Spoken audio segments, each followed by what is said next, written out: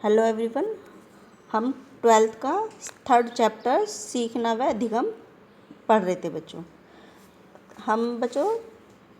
ये मैंने सीखने को प्रभावित करने वाले तत्व में वातावरण आपको बता दिया था कि वातावरण का बच्चों हम बहुत सारी चीज़ें जैसा वातावरण होगा उसी के अनुरूप हम सीखते हैं। शारीरिक व मानसिक स्वास्थ्य जैसा होगा हम उसी के अकॉर्डिंग हमारी सीखने की गति होगी।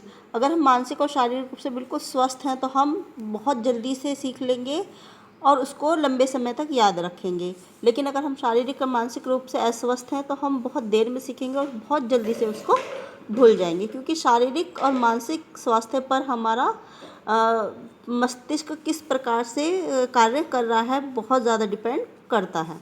और हमारी जो सीखने की प्रक्रिया होती है वो किसके द्वारा होती है? हमारे मस्तिष्क के द्वारा।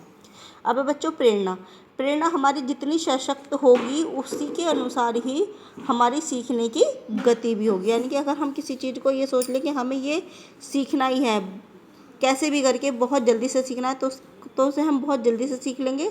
और अगर हमारी सीखने में रुचि नहीं है, अगर हम प्रेरित नहीं है किसी भी चीज़ को सीखने के लिए, तो उसे हम देर में सीखते हैं और जल्दी से भूल भी जाते हैं बच्चों। यह है हमारी सीखने की विधि। सीखने की विधि बच्चों सबसे अच्छी क्या होती है कि किसी भी विषय को सरल करके और रुचि करके बच्चों को बताना, जिससे कि बच्चों का इंटरेस्ट भी आए और बच्चे उसको बहुत आसानी से सीख ले बच्चों। सीखने का समय व थकान। सीखने का सबसे अच्छा जो समय होता है कैसे होता है? सुबह का।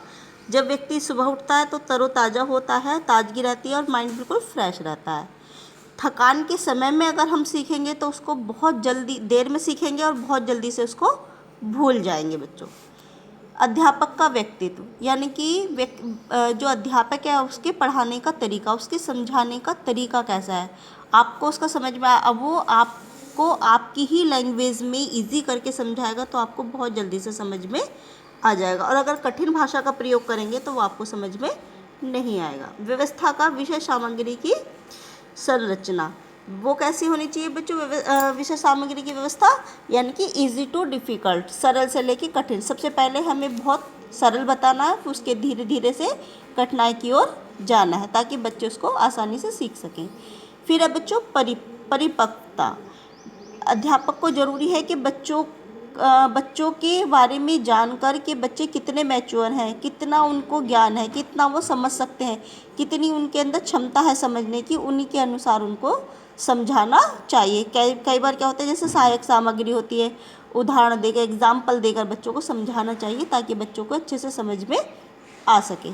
सीखने के लिए अनुकूल परिस्थितियाँ बच्चों की, सीखने में क्या क्या चीज़ें बहुत ज़रूरी, जैसे कि उद्देश्यों का स्पष्टीकरण। जब बच्चे को पता होगा कि ये सीखने से हमें इसके लिए क्या लाभ होगा और ना सीखने से हमें क्या नुकसान होगा, अगर बच्चों को पता होगा कि हमें क्या क्या फ़ायदे हैं इसे सीखने से, तो वो बच्चे उस चीज़ को बहुत जल्दी से सीख लेते हैं।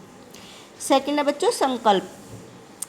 छात्र अगर ये सोच लें कि हमें ये कार्य करना ही है कैसे भी करके, वो तभी उस कार्य को बहुत आसानी से सीख लेते हैं।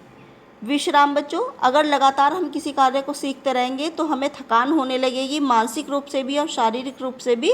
तो हमारा मस्तिष्क जो है वो ठीक से कार्य नहीं करता है और हमारे सीखने की जो गति है वो भी कम हो जाती है और हम बहुत जल्दी से उसको भूल भी जाते हैं और हमें अरुचि होने लगती है। प्रेरणा बच्चों मैं पहले भी कितनी बार बता चुकी हूँ कि किसी भी चीज़ को सीखने के लिए प्रेरणा बहुत ज़रूरी है।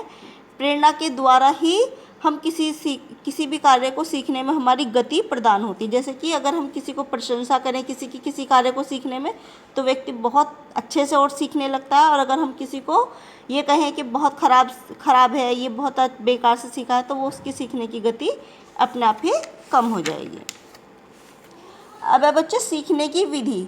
लंबी विधि को बच्चों हम थोड़ा सा करके याद करना चाहिए, हमें अंशों में याद करना चाहिए। और जो छोटी सामग्री है जैसे कि कविता वगैरह हो गई, इसको पूर्ण रूप से सीखना चाहिए बच्चों।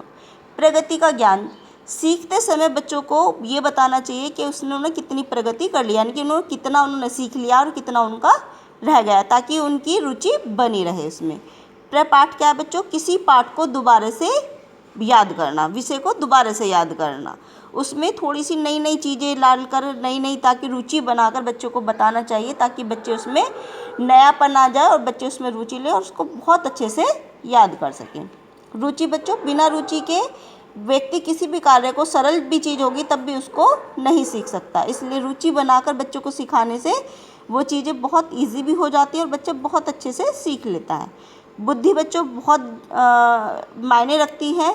जो तीव्र बुद्धि के बच्चे होते हैं बहुत जल्दी से किसी भी चीज़ को सीख लेते हैं, लेकिन मंद बुद्धि के बच्चों के लिए सिखाने के लिए उन्हें उदाहरण देना या फिर कोई भी सहायक सामग्री वगैरह, एग्जाम्पल वगैरह करके उनको धीरे धीरे से उनको समझाना चाहिए, ताकि वो बच्चे बहुत आसानी से समझ सकें। फिर है बच्चों परिपक्वता। परिपक्वता बच्चों सीखने के लिए बहुत ज़रूरी है। ये आपको पहले भी बता चुके बच्चों। सामग्री का स्वरूप, यानी कि हम कोई भी चीज़ सरल से कठिन की ओर हमें पढ़ाना चाहिए, ताकि बच्चों को अच्छे से समझ में आ जाए। बच्चों आयु बहुत डिपेंड करती है। शैशवावस्था से लेकर किशोरावस्था तक सीखने की गति तीव्र होती है। और बच्चों ये है कि साचार्य क्या है बच्चों, जैसे कि एग्जाम्पल देना, किसी चीज़ को किसी चीज़ से जोड़कर सिखाना। बच्चों प्रत्यस्मरण क्या है बच्चों, यानी कि किसी चीज़ को बार बार दोबारा से उसको याद कराना, यानी कि उसकी पुनरावृत्ति करना, ताकि वो व्यक्ति उसमें त्रुटियां भी कम हो जाती है और बहुत जल्दी से सीख जाता है। बच्चों धन्यवाद, बाकी का आगे की वीडियो में बताती हूँ।